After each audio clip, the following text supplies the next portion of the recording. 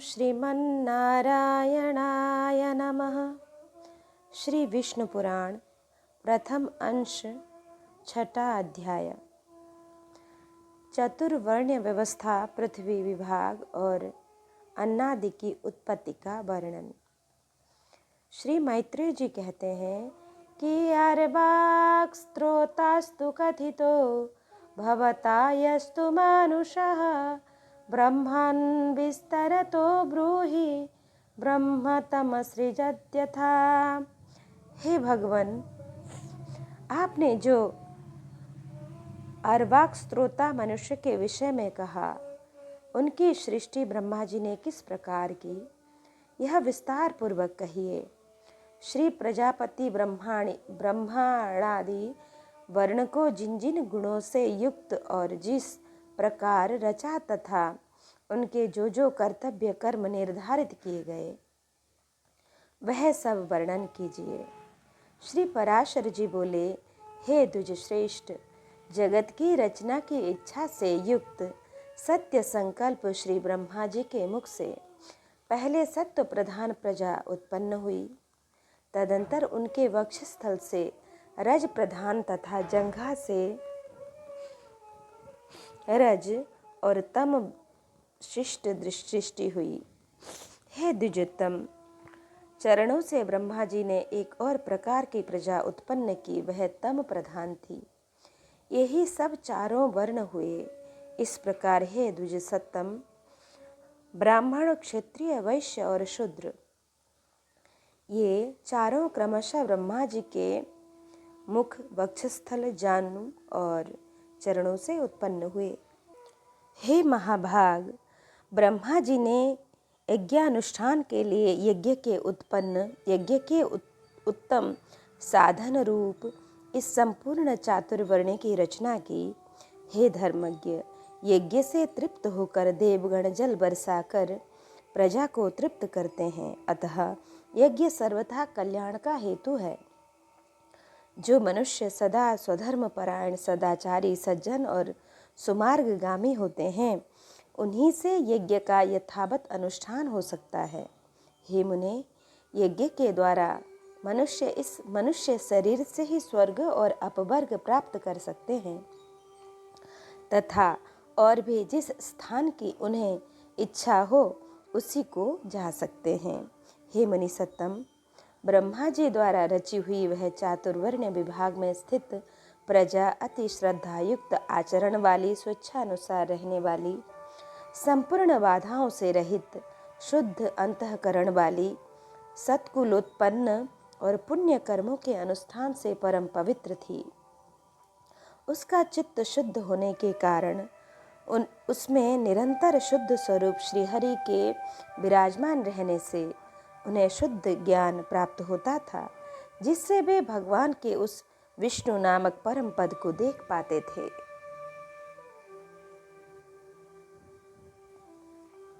फिर त्रेता युग के आरंभ में हमने तुमसे भगवान के जिस काल नामक अंश का पहले वर्णन किया है, वह अति अल्प सार वाले, सुख वाले, तुच्छ और घोर दुखमय पापों को प्रजा में प्रवृत्त कर देता है।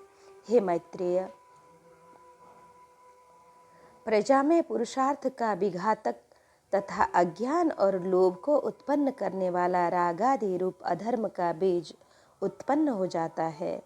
तभी से उसे वह विष्णु पद प्राप्ति रूप स्वाभाविक सिद्धि और रसोल्लास आदि अन्य अष्ट सिद्धियां नहीं मिलती। उन समस्त सिद्धियों के क्षीण हो जाने से और पाप के बढ़ जाने से फिर संपूर्ण प्रजा द्वंद्व, ह्रास और दुख से आतुर हो गई। तब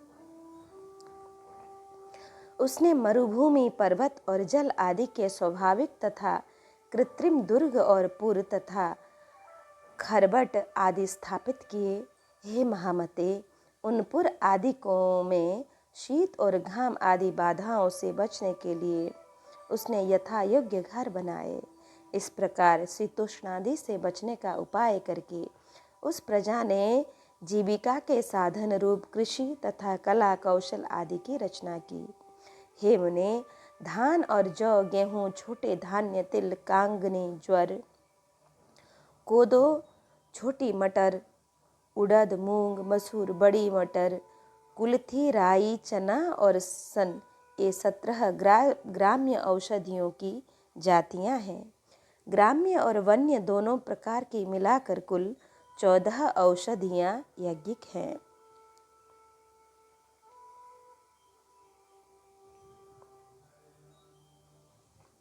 पहाड़ या नदी के तट पर बसे हुए छोटे छोटे टोलों को खरबट कहते हैं। अच्छा, उनके नाम हैं धान, जौ, उड़द, गेहूँ, छोटे धान्य, तिल, कांगनी और कुल्थी, ये 8 तथा श्यामक, समा, निवार, बनतिल, गवधेनु, गवेधु, वेणुयव और मरकट, मक्का, ये 14 ग्राम्य और वन्य औषधियाँ यज्ञानुष्ठान की सामग्री हैं और यज्ञ इनकी उत्पत्ति का प्रधान हेतु है।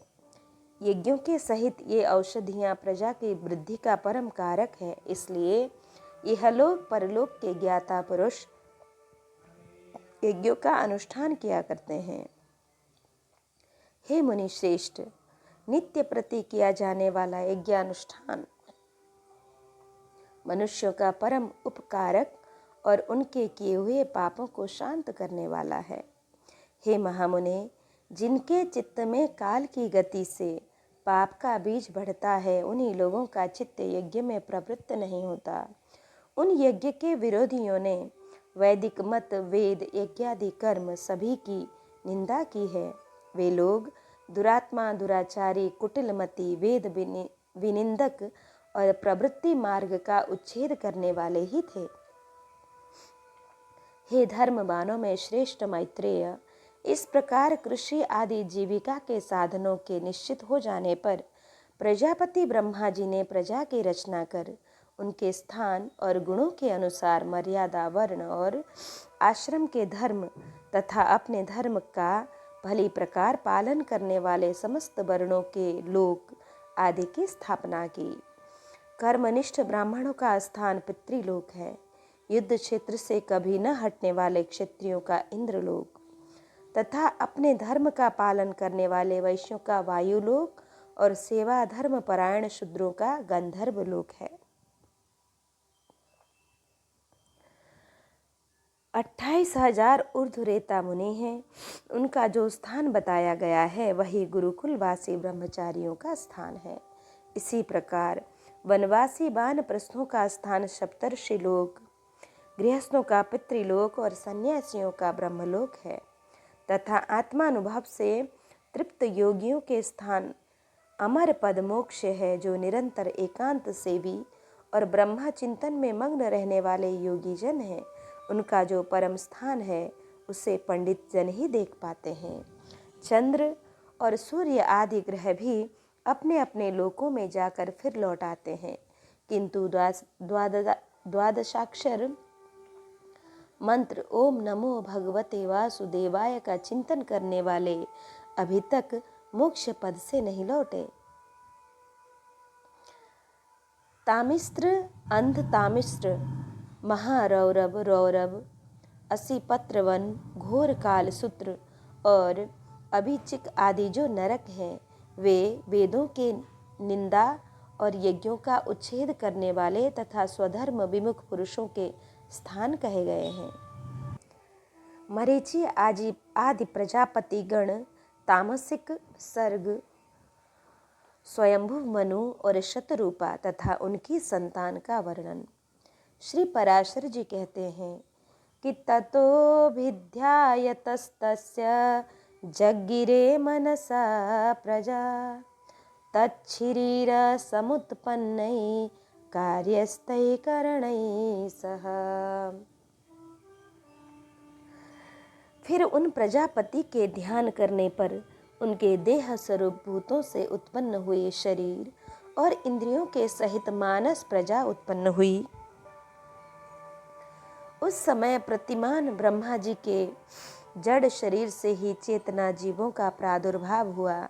मैंने पहले जिसका वर्णन किया है, देवताओं से लेकर स्थावर पर्यंत वे सभी त्रिगुणात्मक चर और अचर जीव इसी प्रकार उत्पन्न हुए। जब महाबुद्धिमान प्रजापति कि वह प्रजा पुत्र पौत्रादि क्रम से और न बढ़ी, तब उन्होंने भृगु, पुलस्त्य, पुलह, क्रतु, अंगिरा, मरीचि, दक्ष, अत्रि और वशिष्ठ इन अपने ही सदृश अन्य मानस पुत्रों की सृष्टि की। पुराणों में ये 9 ब्रह्मा माने गए हैं। फिर ख्याति, भूति, संभूति, क्षमा, प्रीति, सन्नति, ऊर्जा और अनसुईया तथा प्रसूति इन 9 कन्याओं को उत्पन्न कर उन्हें उन महात्माओं को तुम इनकी पत्नी हो ऐसा कहकर सौंप दिया। ब्रह्मा जी ने पहले जिन सनंदन आदि को उत्पन्न किया था वे निरपेक्ष होने के कारण संतान और संसार आदि में प्रवृत्त नहीं हुए। वे सभी ज्ञान संपन्न, विरक्त और मत्सरादि दोषों से रहित थे। उन महात्माओं को संसार रचना से ब्रह्मा जी को त्रिलोकी को भस्म कर देने वाला महान क्रोध उत्पन्न हुआ। हे मुने, उन ब्रह्मा जी ने क्रोध के कारण संपूर्ण त्रिलोकी ज्वालामालाओं से अत्यंत देदीप्यमान हो गई। उस समय उनकी टेढ़ी भ्रिकुटी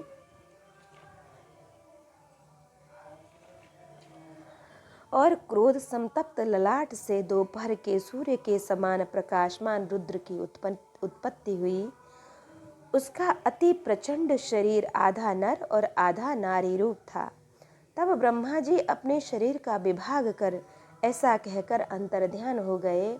ऐसा कहे जाने पर उस रुद्र ने अपने शरीरस्थ स्त्री और पुरुष दोनों भागों को अलग अलग कर दिया और फिर पुरुष भाग को 11 भागों में विभक्त किया तथा स्त्री भाग को सौम्य, क्रूर, शांत, अशांत और श्याम और आदि कई रूपों में विभक्त कर दिया। तदंतर हे द्विज, अपने से उत्पन्न अपने ही स्वरूप स्वयंभुव को ब्रह्मा जी ने प्रजा पालन के लिए प्रथम मनु बनाया। उन स्वयंभुव मनु ने अपने ही साथ उत्पन्न हुई तप के कारण निष्पाप सतरूपा नाम की स्त्री को अपनी पत्नी रूप से ग्रहण किया। हे धर्मज्ञ, उन स्वयंभुव मनु ने शतरूपा देवी ने प्रियव्रत और उत्तानपाद 2 पुत्र तथा उदार रूप और गुणों से संपन्न प्रसूति और आकुति नाम की 2 कन्याएं उत्पन्न की।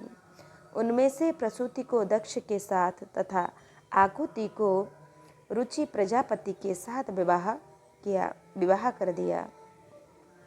हे महाभाग, रुचि प्रजापति ने उसे ग्रहण कर लिया। तब उन दंपति के यज्ञ और दक्षिणा ये युगल जुड़वा संतान उत्पन्न हुई। यज्ञ के दक्षिणा से 12 पुत्र हुए जो स्वयंभुव मनवंतर में याम नाम के देवता कहलाए। तथा दक्ष ने प्रसूति से 24 कन्याएं उत्पन्न की। मुझसे उनके शुभ नाम सुनो। श्रद्धा, लक्ष्मी, धृति, तुष्टि, मेधा, पुष्टि, क्रिया, बुद्धि, लज्जा, वपु, शांति, सिद्धि और 13वीं कीर्ति। इन दक्ष कन्याओं को धर्म ने पत्नी रूप से ग्रहण किया।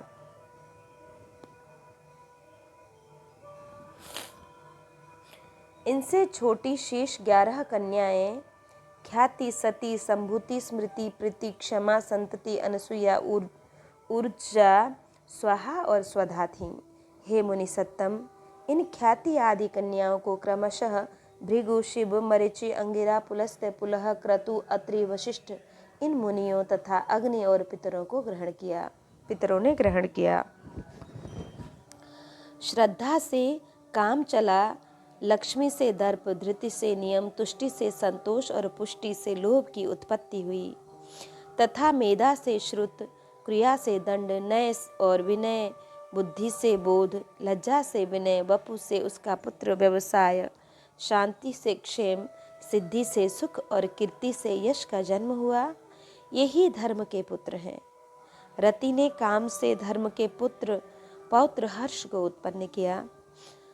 अधर्म की स्त्री हिंसा थी, उससे अनृत नामक पुत्र और विकृति नाम की कन्या उत्पन्न हुई। उन दोनों से भय और नरक नाम के पुत्र तथा उनकी पत्नियां माया और वेदना माया नाम की कन्याएं हुईं। उनमें से माया ने समस्त प्राणियों का संहार करता मृत्यु नामक पुत्र उत्पन्न किया।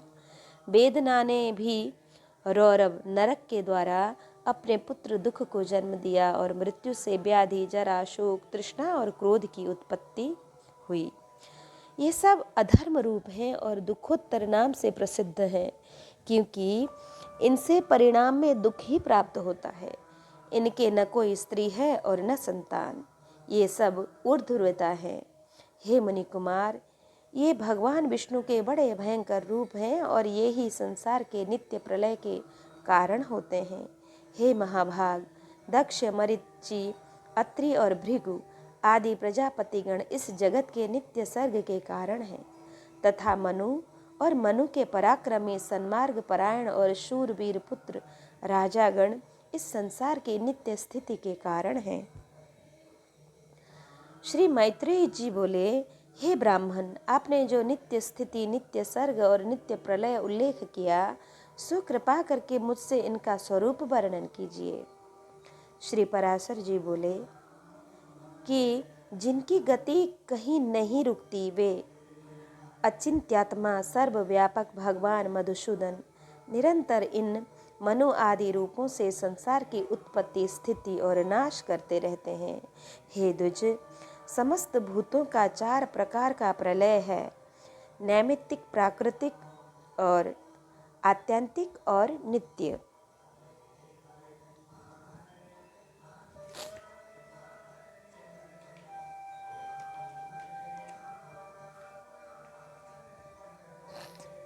और उनमें से नैमित्तिक प्रलय ही ब्राह्म्य प्रलय है, जिसमें जगतपति ब्रह्मा जी कल्पांत में शयन करते हैं, तथा प्राकृत प्रलय में ब्रह्मांड प्रकृति में लीन हो जाता है। ज्ञान के द्वारा योगियों का परमात्मा में लीन हो जाना आत्यंतिक प्रलय है, और रात दिन जो भूतों का क्षय होता है वही नित्य प्रलय है।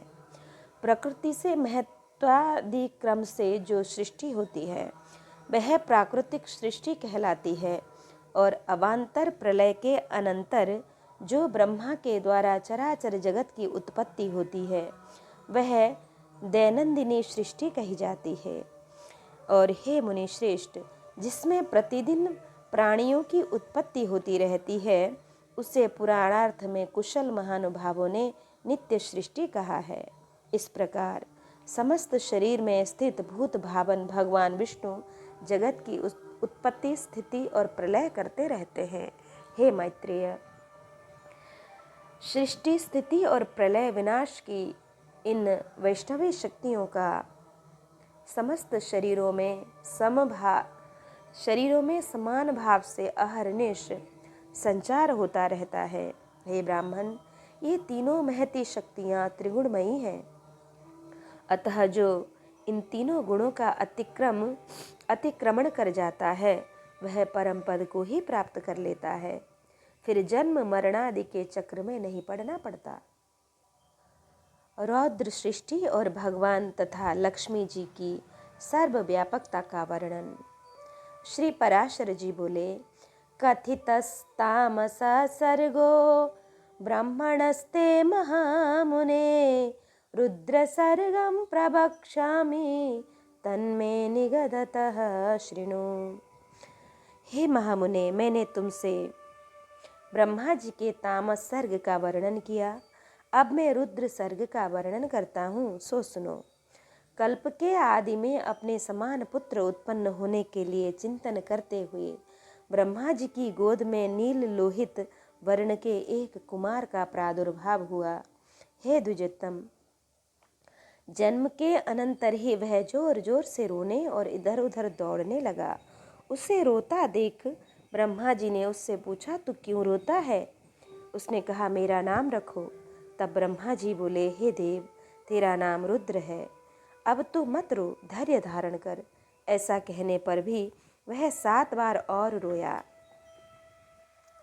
तब ब्रह्मा जी ने उसके 7 नाम और रखे तथा 8 के स्थान स्त्री और पुत्र भी निश्चित किए। हे द्विज, प्रजापति ने उसे भव सर्व ईशान पशुपति भीम उग्र और महादेव कहकर संबोधन किया। यही उनके नाम रखे और इनके स्थान भी निश्चित किए। सूर्य, जल, पृथ्वी, वायु, अग्नि, आकाश यज्ञ में दीक्षित ब्राह्मण और चंद्रमा ये क्रमशः उनकी मूर्तियां हैं। हे द्विजश्रेष्ठ, रुद्र आदि नामों के साथ उन सूर्य आदि मूर्तियों की क्रमशः सुबरचला, उष्णा, विकेशी, अपरा, शिवा, स्वाहा, दिशा, दीक्षा और रोहिणी नाम की पत्नियां हैं। हे महाभाग, अब उनके पुत्र के नाम सुनो। उन्हीं के पुत्र पौत्रादिकों से यह संपूर्ण जगत परिपूर्ण है। शनैश्चर, शुक्र, लोहितांग, मनोजव, स्कंद, सर्ग, संतान और बुध ये क्रमशः उनके पुत्र हैं। ऐसे भगवान रुद्र ने प्रजापति दक्ष की अनिंदिता पुत्री सती को अपनी भार्या के रूप से ग्रहण किया। हे द्विज सत्तम, उस सती ने दक्ष पर कुपित होने के कारण अपना शरीर त्याग दिया था। फिर वह मेना के गर्भ से हिमाचल की पुत्री उमा हुई। भगवान शंकर ने उस अनन्य परायण उमा से फिर भी विवाह किया। भृगु के द्वारा ख्याति ने धाता और विधाता नामक दो देवताओं को तथा लक्ष्मी जी को जन्म दिया, जो भगवान विष्णु की पत्नी हुई। मैत्रेय जी बोले, भगवन सुना जाता है कि लक्ष्मी जी तो अमृत मंथन के समय क्षीर सागर से उत्पन्न हुई थी। फिर आप ऐसा कैसे कहते हैं कि वे भृगु के द्वारा ख्याति से उत्पन्न हुई? श्री पराशर जी बोले कि हे द्विजोत्तम, भगवान का कभी संग न छोड़ने वाली जगत जननी लक्ष्मी जी तो नित्य ही हैं, और जिस प्रकार श्री विष्णु भगवान सर्वव्यापक हैं, वैसे ही ये भी हैं। हे मैत्रेय, भगवान जगत के सृष्टा हैं और लक्ष्मी जी सृष्टि हैं। विष्णु अर्थ हैं और ये वाणी है।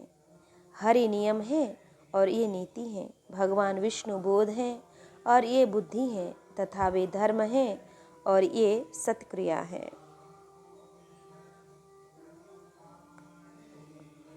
श्री हरि भूधर पर्वत अथवा राजा हैं और लक्ष्मी जी भूमि हैं, तथा भगवान संतोष हैं और लक्ष्मी जी नित्य तुष्टि हैं।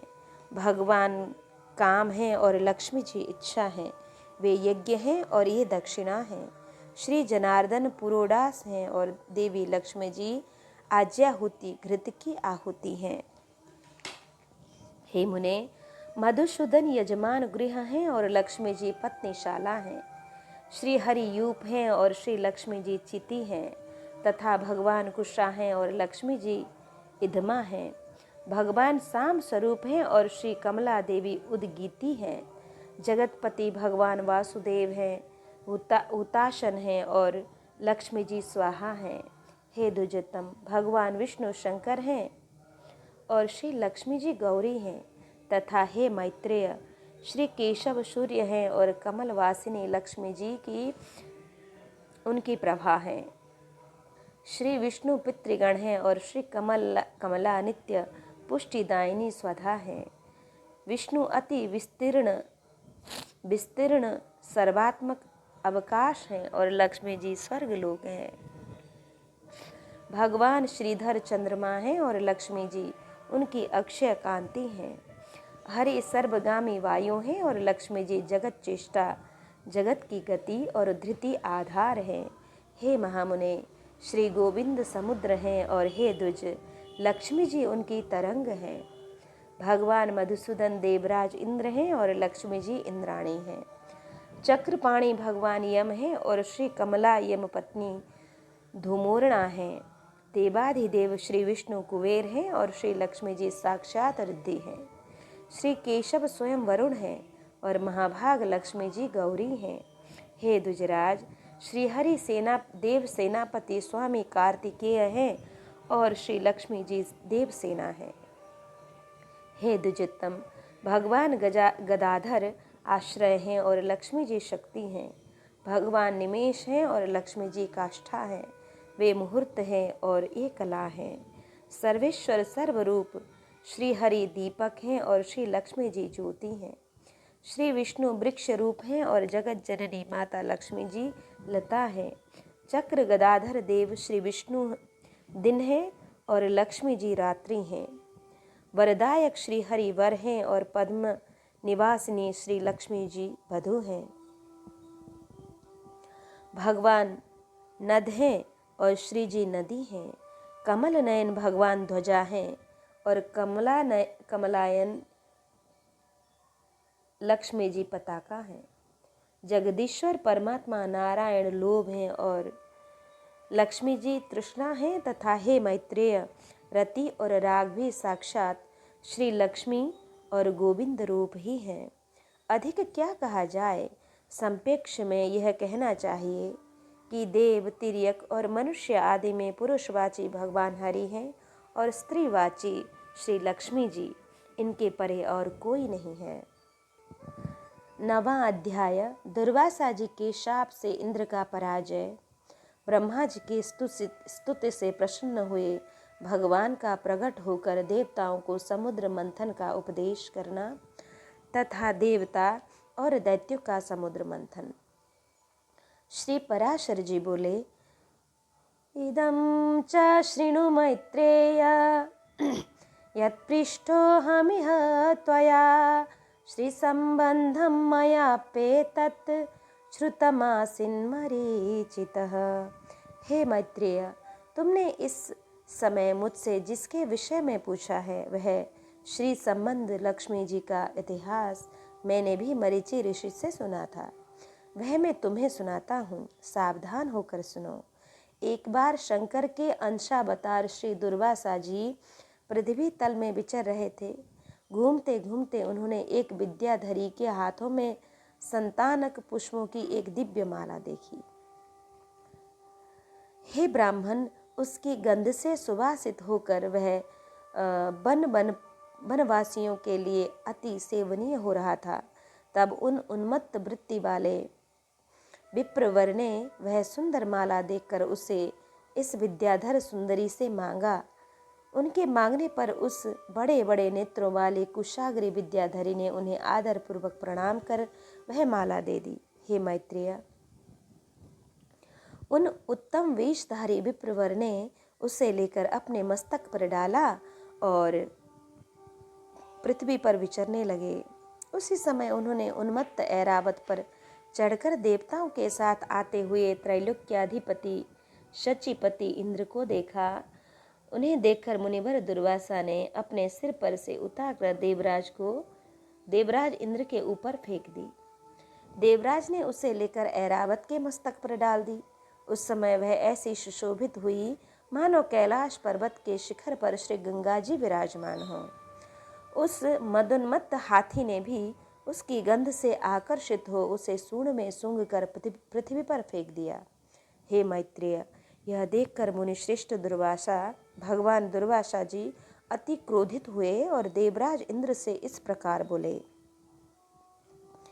कि अरे ऐश्वर्य के मत से दूषित चित्त इंद्र, तू बड़ा ढीठ है।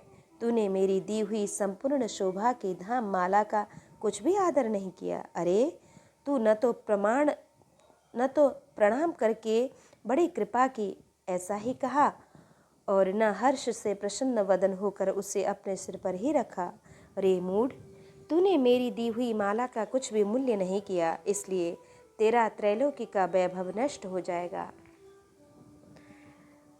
इंद्र, निश्चय ही तू मुझे और ब्राह्मणों के समान ही समझता है, इसलिए तुझ अति मानिनी ने हमारा इस प्रकार अपमान किया है। अच्छा, तूने मेरी दी हुई माला को पृथ्वी पर फेंका है, इसलिए तेरा यह त्रिभुवन शीघ्र ही श्रीहीन हो जाएगा। रे देवराज, जिसके क्रुद्ध होने पर संपूर्ण चराचर जगत भयभीत हो जाता है, उस मेरा ही तूने अति गर्व से इस प्रकार अपमान किया है। पराशर जी बोले कि तब तो इंद्र ने तुरंत ही ऐरावत हाथी से उतरकर निष्पाप मुनिवर दुर्वासा जी को अनुनय विनय करके प्रसन्न किया। तब उसके प्रणाम आदि करने से प्रसन्न होकर मुनिश्रेष्ठ दुर्वासा जी उससे इस प्रकार कहने लगे कि न हम कृपालु हृदयो न च मां भजते क्षमा अन्यते मुनया शक्र दुर्वास समवेहि माम। इंद्र, मैं कृपालु चित्त नहीं हूँ, मेरे अंतःकरण में क्षमा को स्थान नहीं है। वे मुनिजन तो और ही हैं, तुम समझो। मैं तो दुर्वासा हूँ ना। गौतम आदि अन्य मुनिजनों ने व्यर्थ ही तुझे इतना मुँह लगा लिया है, पर याद रख, मुझ दुर्वासा का सर्वस्व तो क्षमा न करना ही है। दया मूर्ति वशिष्ठ आदि के बढ़ बढ़ कर स्तुति करने से तू इनका इतना गर्विला हो गया कि आज मेरा ही अपमान करने चला है। अरे, आज त्रिलोकी में ऐसा कौन है जो मेरे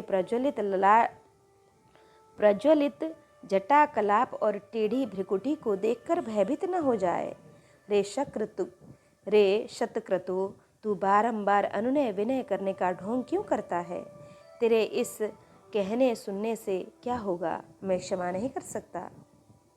श्री पराशर जी बोले, ब्राह्मण, इस प्रकार कह वे विप्रवर वहाँ से चल दिए और इंद्र भी ऐरावत पर चढ़कर अमरावती को चले गए। हे मैत्रेय, तभी से इंद्र के सहित तीनों लोक वृक्षलता आदि के क्षीण हो जाने से श्रीहीन और नष्ट भ्रष्ट होने लगे। तब से यज्ञों का होना बंद हो गया, तपस्वियों ने तप करना छोड़ दिया और तथा लोगों का दान आदि धर्मों में चित्त नहीं रहा। हे द्विजोत्तम, संपूर्ण लोक लोभादि के वशीभूत हो जाने से सर्वशून्य सामर्थ्यहीन हो गए और तुच्छ वस्तुओं के लिए लालायित रहने लगे। जहाँ सत्व होता है वहीं लक्ष्मी रहती हैं और सत्व भी लक्ष्मी जी का ही साथी है।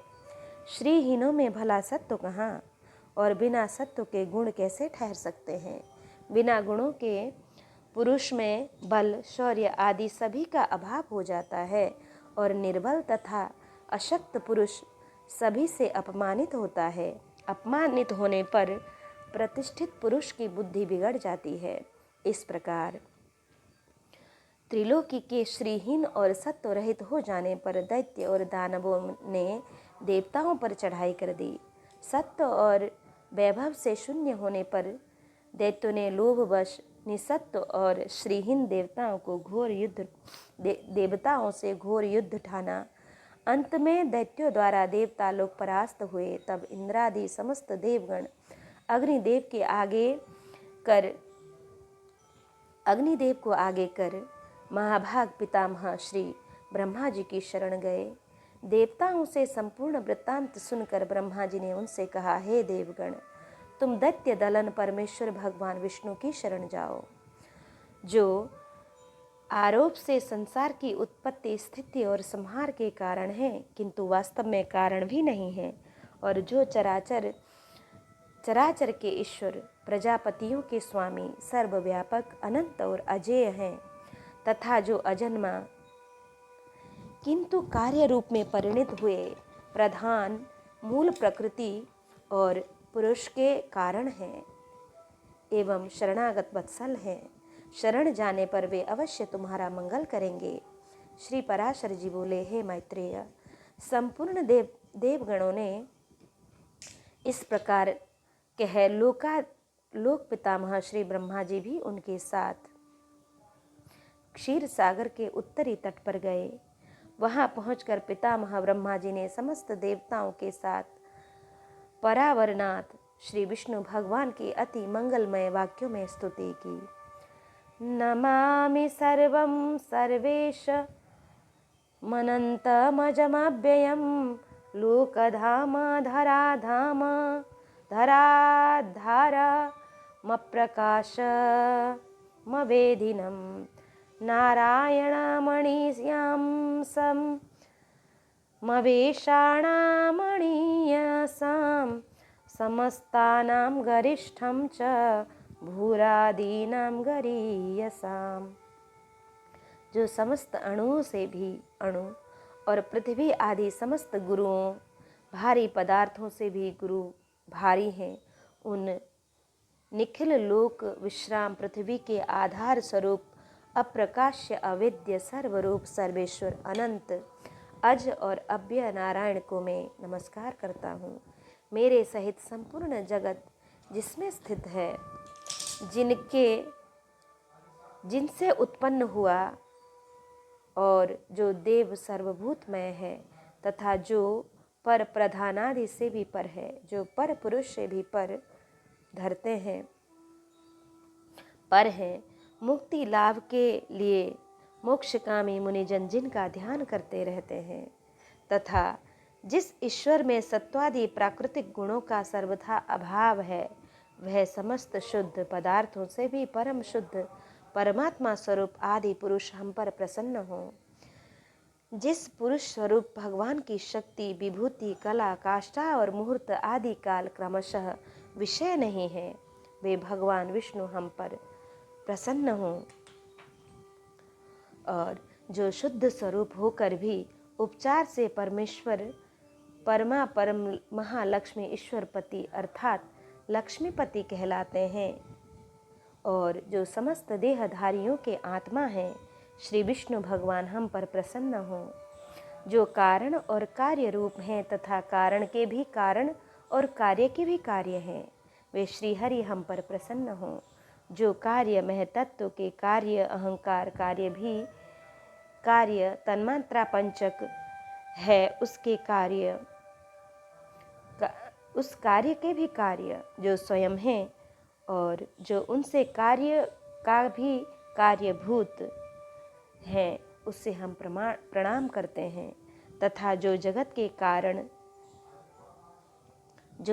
कारण के भी कारण और उसके कारण के कारण अहंकार महत्वादि का भी हेतु मूल प्रकृति है, उस परमेश्वर को हम प्रणाम करते हैं। जो भोक्ता और भोग्य, सृष्टा और सृज्य तथा कर्ता और कार्य रूप स्वयं ही हैं, उस परम पद को हम प्रणाम करते हैं। जो विशुद्ध बोध स्वरूप नित्य अजन्मा अक्षय अव्यय अव्यक्त और अविकारी है, वही विष्णु का परम पद पर स्वरूप है, जो न स्थूल है, न सूक्ष्म है, न किसी अन्य विशेषण का विषय है। वही भगवान विष्णु का नित्य निर्मल परम पद है। हम उसको प्रणाम करते हैं, जिसके अयुतांश 10,000वें अंश के अयुतांश में यह विश्व रचना की शक्ति स्थित है तथा जो ब्रह्म स्वरूप है, उस अभ्य को हम प्रणाम करते हैं। नित्य युक्त योगीगण अपने पुण्य पाप आदि का क्षय हो जाने पर ओमकार द्वारा चिंतनीय जिस अविनाशी पद का साक्षात्कार करते हैं, वही भगवान विष्णु का परम पद है, जिसको देवगण, मुनिगण, शंकर और मैं कोई भी नहीं जान सकते। वही परमेश्वर श्री विष्णु का परम पद है, जिस अभूतपूर्व देव की ब्रह्मा, विष्णु और शिव रूप शक्तियाँ हैं, वही भगवान विष्णु का परम पद है। हे सर्वेश्वर, हे सर्वभूतात्मन, हे सर्वरूप, हे सर्वाधार, हे अच्युत, हे विष्णु, हम भक्तों पर प्रसन्न होकर हमें दर्शन दीजिए। श्री पराशर जी बोले, ब्रह्मा जी के इन उद्गारों को सुनकर देवगण भी प्रणाम करके बोले, प्रभु हम पर प्रसन्न होकर हमें दर्शन दीजिए। हे जगतधाम सर्वगत अच्युत, जिसे ये भगवान ब्रह्मा जी भी नहीं जानते, आपके उस परम पद को हम प्रणाम करते हैं। तदंतर ब्रह्मा और देवताओं के बोल चुकने पर बृहस्पति आदि समस्त देवर्षिगण कहने लगे, जो परम स्तवनीय आद्य यज्ञ पुरुष हैं और जो पूर्वजों के भी पूर्व पुरुष हैं, उन जगत के रचयिता निर्विशेष परमात्मा को हम नमस्कार करते हैं। हे भूत अव्येश यज्ञ मूर्तिधर भगवान, हे अव्यय, हम सब शरणागतों पर आप प्रसन्न होइए और दर्शन दीजिए। हे नाथ, हमारे सहित ए ब्रह्मा जी, रुद्रों के सहित भगवान शंकर, 12 आदित्यों के सहित भगवान पूषा, अग्नियों के सहित पावक और ये दोनों अश्विनी कुमार, आठों वसु, समस्त मरुदगण, साध्यगण, विश्वदेव तथा देवराज इंद्र, ये सभी देवगण दैत्य सेना से पराजित होकर अति प्रणत और आपकी शरण में आए हैं।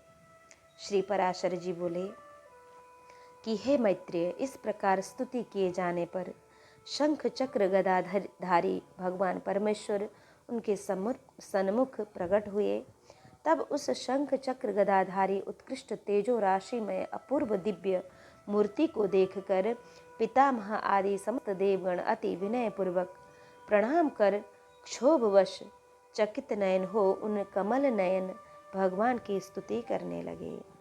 नमो नमो विशेषत्वं तं ब्रह्मा त्वं पिनाकधृक् इन्द्रस्वत्मग्निपवनो वरुणः सविता यमः वसवो मरुतः साध्य विश्वदेवे गणा भवान् योऽयं तवाग्रतो देव तमीशं देवता गणः सत्वमेव जगत्स्रष्टा यतः सर्वगतो भवान्। हे प्रभु, आपको नमस्कार है, नमस्कार है। आप निर्विशेष हैं, तथापि आप ही ब्रह्मा हैं, आप ही शंकर हैं, तथा आप ही इंद्र, अग्नि, पवन, वरुण, सूर्य और यमराज हैं। हे देव, वसुगण, मरुदगण, साध्यगण और विश्वदेवगण भी आप ही हैं, तथा आपके सम्मुख जो यह देव समुदाय है, हे जगत सृष्टा, आप ही हैं, क्योंकि आप ही हैं, क्योंकि आप सर्वत्र परिपूर्ण हैं। आप ही यज्ञ हैं, आप ही वषटकार हैं, तथा आप ही ओंकार और प्रजापति हैं।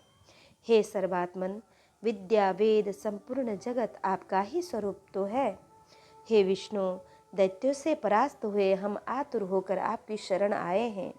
हे सर्वस्वरूप, आप हम पर प्रसन्न होइए और अपने तेज से हमें सशक्त कीजिए। हे प्रभु, जब तक जीव संपूर्ण पापों को नष्ट करने वाले आपकी शरण में नहीं जाता, तभी तक उसमें दीनता, इच्छा, मोह और दुख आदि रहते हैं। हे प्रसन्नात्मन, हम शरणागतों पर आप प्रसन्न होइए। हे नाथ, अपनी शक्ति से हम सब देवताओं के खोए हुए तेज को फिर बढ़ाइए। श्री पराशर जी बोले, विनीत देवताओं द्वारा इस प्रकार स्तुति किए जाने पर विश्वकर्ता भगवान हरि प्रसन्न होकर इस प्रकार बोले कि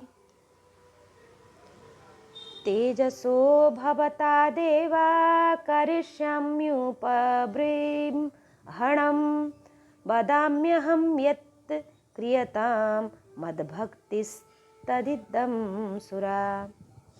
मैं तुम्हारे तेज को फिर बढ़ाऊंगा। तुम इस समय मैं जो कुछ कहता हूँ वह करो।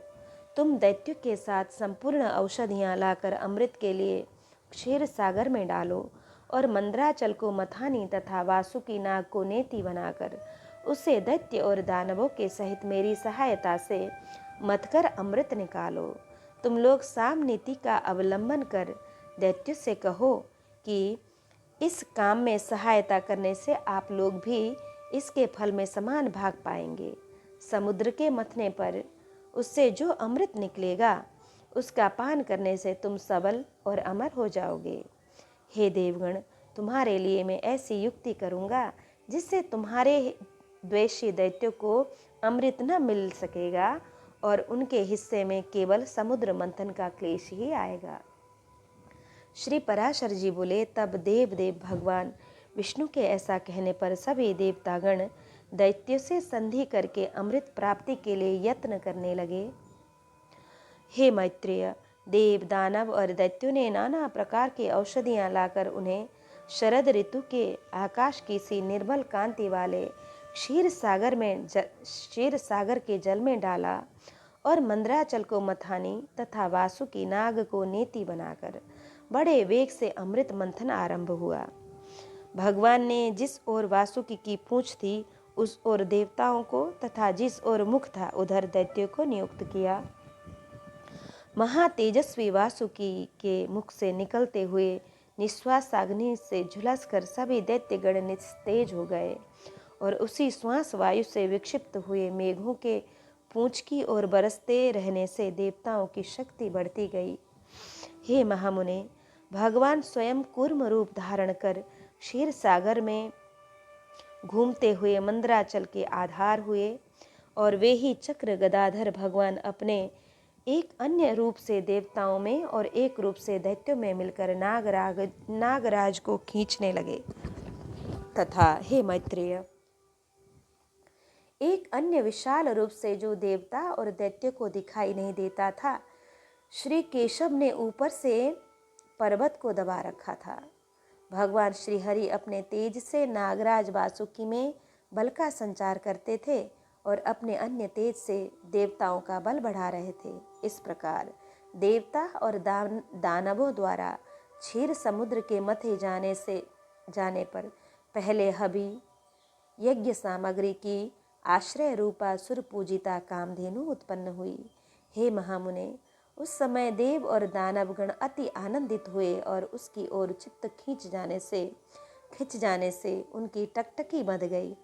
फिर स्वर्गलोक में यह क्या है, यह क्या है, इस प्रकार चिंता करते हुए सिद्धों के समक्ष मत से घूमते हुए नेत्रों वाली वारुणी देवी प्रकट हुई और पुनः मंथन करने पर उस क्षीर सागर से अपनी गंध से त्रिलोकी को सुगंधित करने वाला तथा सुंदरियों का आनंद वर्धक कल्प वृक्ष उत्पन्न हुआ। हे मैत्रेय, तत्पश्चात क्षीर सागर से रूप और उदारता आदि गुणों से युक्त अति अद्भुत अप्सराएं प्रकट हुईं। फिर चंद्रमा प्रकट हुआ जिसे महादेव जी ने ग्रहण कर लिया। इस प्रकार क्षीर सागर से उत्पन्न हुए विष को नागों ने ग्रहण किया। फिर श्वेत वस्त्रधारी साक्षात भगवान धन्वंतरी जी अमृत से भरा कमंडल लिए प्रकट हुए। हे मैत्रेय, उस समय मुनिगण के सहित समस्त दैत्य और दानवगण स्वस्थ चित्त होकर अति प्रसन्न हुए। उसके पश्चात विकसित कमल पर विराजमान स्फुट कांतिमयी श्री लक्ष्मी देवी हाथों में कमल पुष्प धारण किए क्षीर सागर से प्रकट हुईं। उस समय महर्षिगण अति प्रसन्नता पूर्वक श्री सूक्त द्वारा उनकी स्तुति करने लगे तथा विश्वावसु आदि गंधर्वगण उनके सम्मुख गान और धृताची आदि अप्सराएं नृत्य करने लगीं। उन्हें अपने जल से स्नान कराने के लिए गंगा आदि नदियां स्वयं उपस्थित हुईं और दिग्गजों ने सुवर्ण कलशों से भरे हुए उनके निर्मल जल से सर्वलोक महेश्वरी श्री लक्ष्मी जी को स्नान कराया। क्षीर सागर से मूर्तिमान होकर उन्हें विकसित कमल पुष्पों की माला दी तथा विश्वकर्मा ने उनके अंग प्रत्यंग में विविध आभूषण पहनाए। इस प्रकार दिव्य माला और वस्त्र धारण कर, दिव्य जल से स्नान कर, दिव्य आभूषणों से विभूषित हो श्री लक्ष्मी जी संपूर्ण देवताओं के देखते ही देखते श्री विष्णु भगवान के वक्षस्थल में विराजमान हुई। हे मैत्रेय, श्री हरि के वक्षस्थल में विराजमान श्री लक्ष्मी जी का दर्शन कर देवताओं को अकस्मात अत्यंत प्रसन्नता हुई।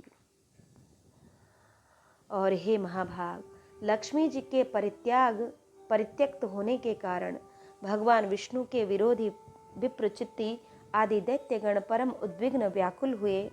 तब उन महाबलवान दैत्यों ने श्री धन्वंतरी जी के हाथ से वह कमंडलू छीन लिया जिसमें अति उत्तम अमृत भरा हुआ था। अतः स्त्री मोहिनी रूपधारी भगवान विष्णु ने अपनी माया से दानवों को मोहित कर उनसे वह कमंडलू लेकर देवताओं को दे दिया। तब इंद्र आदि देवगण उस अमृत को पी गए।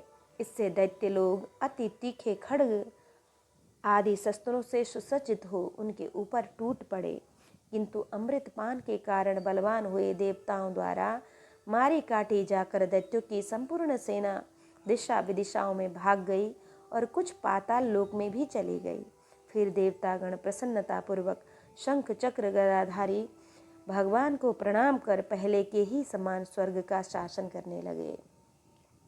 हे मुनि श्रेष्ठ, उस समय से प्रखर तेजो युक्त भगवान सूर्य अपने मार्ग से तथा अन्य तारागण भी अपने अपने मार्ग से चलने लगे।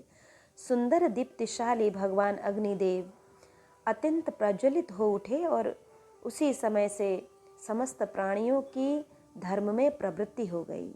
हे द्विजोत्तम, त्रिलोकी श्री संपन्न हो गई और देवताओं में श्रेष्ठ इंद्र भी पुनः श्रीमान हो गए। तदंतर इंद्र ने स्वर्गलोक में जाकर फिर से देवराज्य पर अधिकार पाया और राज सिंहासन पर आरूढ़ हो पद्महस्ता श्री लक्ष्मी जी की इस प्रकार स्तुति की। इंद्र बोले, नमस्ते सर्वलोकानां जननी मज्ब संभवान श्रिया मुन्निद्र पद्माक्षी विष्णु वक्षस्थल स्थिताम।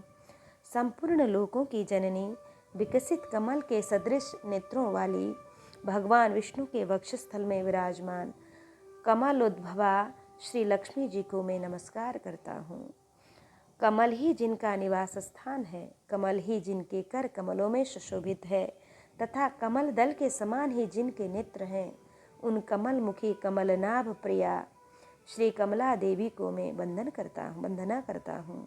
हे देवी, तुम सिद्धि हो, स्वधा हो, स्वाहा हो, सुधा हो और त्रिलोकी को पवित्र करने वाली हो तथा तुम ही संध्या, रात्रि, प्रभा, विभूति, मेधा, श्रद्धा और सरस्वती हो। हे शोभने, यज्ञ विद्या, महाविद्या और गुह्य विद्या तुम ही हो तथा हे देवी, तुम ही मुक्ति फलदायिनी आत्मविद्या हो। हे देवी, वेदत्रयी वार्ता और दंड नीति भी तुम ही हो। तुम ही ने अपने शांत और उग्र रूप से यह समस्त संसार व्याप्त किया हुआ है। हे देवी, तुम्हारे बिना और ऐसी कौन स्त्री है जो देव भगवान गदाधर के योगी जन चिंतन सर्व यज्ञमय शरीर का आश्रय पा सके। हे देवी, तुम्हारे छोड़ देने पर संपूर्ण त्रिलोकी नष्ट प्राय हो गई थी, अब तुम्ही ने उसे पुनः जीवन दान दिया है।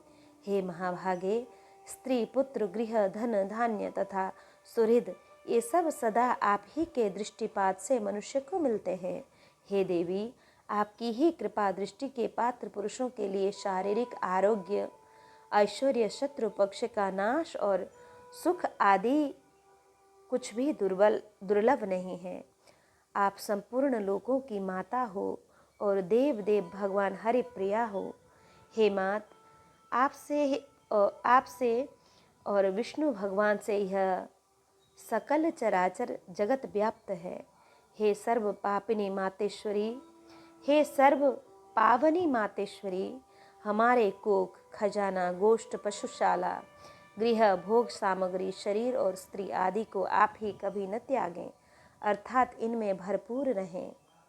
अयि विष्णु वक्षस्थला निवासिनी, हमारे पुत्र सुहृद, पशु और भूषण आदि को आप कभी न छोड़ें। हे अमले, जिन मनुष्य को तुम छोड़ देती हो उन्हें सत्व, मानसिक बल, सत्य, शौच और शील आदि गुण भी शीघ्र ही त्याग देते हैं और आपकी कृपा दृष्टि होने पर तो गुणहीन पुरुष भी शीघ्र ही शील आदि संपूर्ण गुण और कुलीनता तथा ऐश्वर्य आदि से संपन्न हो जाते हैं।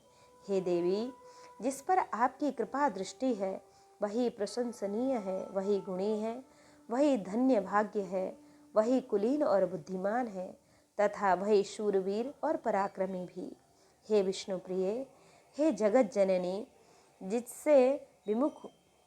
आप जिससे विमुख हो उसके तो शील आदि सभी गुण तुरंत अवगुण रूप हो जाते हैं। हे देवी, आपके गुणों का वर्णन करने में तो श्री ब्रह्मा जी की रचना भी समर्थ नहीं है, फिर मैं क्या कर सकता हूँ। अतः हे कमल नयने, अब मुझ पर प्रसन्न हो और मुझे कभी न छोड़ो। श्री पराशर जी बोले कि हे द्विज, इस प्रकार सम्यक स्तुति किए जाने पर सर्वभूत स्थिता श्री लक्ष्मी जी सब देवताओं के सुनते हुए इंद्र से इस प्रकार बोली कि परिस्तुष्टास्मि देवेश स्तोत्रेणानेन ते हरे वरम वृष्टिस्व यस्त्वष्टो वरदाहम तवागता। हे देवेंद्र इंद्र, हे देवेश्वर इंद्र, मैं तेरे इस स्तोत्र से अति प्रसन्न हूँ। तुझको जो अभिष्ट हो वही वर मांग लो। मैं तुझे वर देने के लिए ही यहाँ आई हूँ। इंद्र बोले, हे देवी, यदि आप वर देना चाहती हैं और मैं भी यदि वर पाने योग्य हूँ तो मुझको पहला वर तो यही दीजिए कि आप त्रिलोकी का कभी त्याग न करें। हे समुद्र संभवे, दूसरा वर मुझे यह दीजिए कि जो कोई आपकी इस स्तोत्र से स्तुति करे उसे आप कभी न त्यागें। श्री लक्ष्मी जी बोली, हे देवश्रेष्ठ इंद्र, मैं इस त्रिलोकी को कभी न छोड़ूंगी। तेरे स्तोत्र से प्रसन्न होकर मैं तुझे वह वर देती हूँ तथा जो कोई मनुष्य प्रातः काल और सायंकाल के समय इस स्तोत्र से मेरी स्तुति करेगा उससे भी मैं कभी विमुख न होंगी। श्री पराशर जी बोले कि मैत्रेय, इस प्रकार पूर्व काल में महाभागा लक्ष्मी जी ने देवराज की स्तोत्र रूप आराधना से संतुष्ट होकर उन्हें ये वर दिए। लक्ष्मी जी पहले भृगु जी के द्वारा ख्याति नामक स्त्री से उत्पन्न हुई थी, फिर अमृत मंथन के समय देव और दानवों के प्रयत्न से वे समुद्र से प्रकट हुईं। इस प्रकार संसार के स्वामी देवाधिदेव श्री विष्णु भगवान जब जब अवतार धारण करते हैं तभी लक्ष्मी जी उनके साथ ही रहती हैं। जब श्री हरि आदित्य रूप हुए तो वे पद्म से फिर उत्पन्न हुई और पद्मा कहलाईं, तथा जब वे परशुराम हुए तो ये पृथ्वी हुईं। श्रीहरि के राम होने पर ये सीता जी हुईं और श्री कृष्णावतार में रुक्मणी जी हुईं। इसी प्रकार अन्य अवतारों में भी ये भगवान से कभी पृथक नहीं होती। भगवान के देवरूप होने पर ये दिव्य शरीर धारण करती हैं और मनुष्य होने पर मानवीय रूप से प्रकट होती हैं और विष्णु भगवान के शरीर के अनुरूप ही ये अपना शरीर भी बना लेती हैं। जो मनुष्य लक्ष्मी जी के जन्म की इस कथा को सुनेगा तथा पढ़ेगा उसके घर में वर्तमान, आगामी और भूत तीनों कुलों के रहते हुए कभी लक्ष्मी का नाश न होगा। हे मुने, जिन घरों में लक्ष्मी जी के इस स्तोत्र का पाठ होता है उनमें कलह की आधारभूता दरिद्रता कभी नहीं ठहर सकती। हे ब्राह्मण, तुमने जो मुझसे पूछा था कि पहले भृगु जी की पुत्री होकर फिर लक्ष्मी जी क्षीर समुद्र से कैसे उत्पन्न हुई, सो मैंने तुमसे यह सब वृत्तांत कह दिया। इस प्रकार इंद्र के मुख से प्रकट हुई यह लक्ष्मी जी की स्तुति सकल विभूतियों की प्राप्ति का कारण है। जो लोग इसका नित्य प्रति पाठ करते हैं, पाठ करेंगे, उनके घर में निर्धनता कभी नहीं रह सकेगी।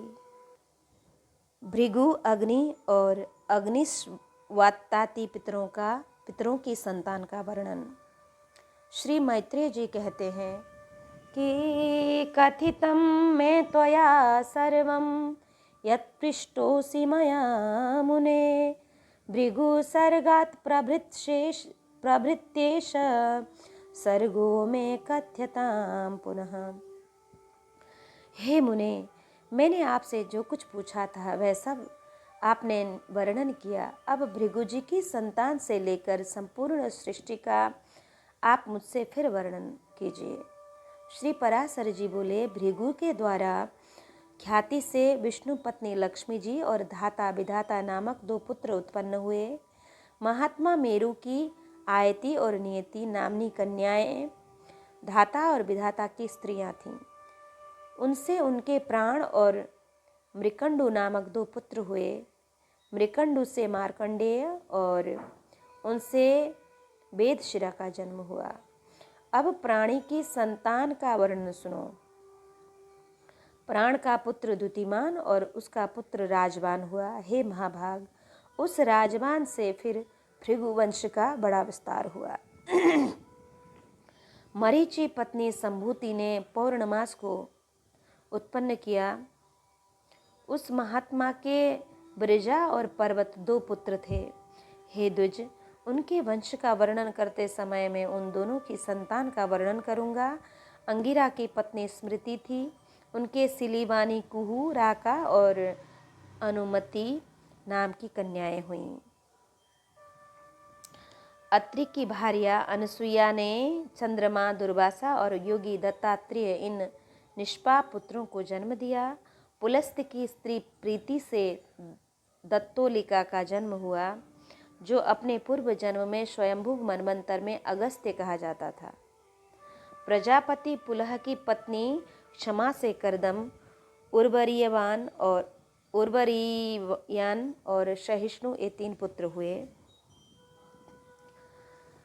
क्रतु की संतति नामक भार्या ने अंगूठे के पोरुओं के समान शरीर वाले तथा प्रखर सूर्य समान तेजस्वी बाल खिल्यादि 8000 ऊर्ध्वरेता मुनियों को जन्म दिया। वशिष्ठ की ऊर्जा नामक स्त्री से रज गोत्र, ऊर्ध्वबाहु, सवन, अनग, सुतपा और शुक्र ये 7 पुत्र उत्पन्न हुए। ये निर्मल स्वभाव वाले समस्त मुनिगण तीसरे मनवंतर में सप्तर्षि हुए। हे द्विज, अग्नि का अभिमानी देव जो ब्रह्मा जी का ज्येष्ठ पुत्र है, उसके द्वारा स्वाहा नामक पत्नी से अति तेजस्वी पावक, पवमान और जल को भक्षण करने वाला शुचि ये 3 पुत्र हुए। इन तीनों के प्रत्येक के 15-15 पुत्र के क्रम से 45 संतानें हुईं। पिता अग्नि और इनके उसके 3 पुत्रों को मिलाकर ये सब अग्नि ही कहलाते हैं। इस प्रकार कुल 49 अग्नि कहे गए हैं। हे द्विज, ब्रह्मचारी द्वारा रचे गए जिन अनग्निक, अग्निश्वाता और साग्निक, बरिषद आदि पितरों के विषयों में तुमसे कहा था। उनके द्वारा स्वधा ने मेना और धारिणी नामक 2 कन्याएं उत्पन्न की। वे दोनों ही उत्तम ज्ञान से संपन्न और सभी गुणों से युक्त ब्रह्मवादिनी तथा योगिनी थीं।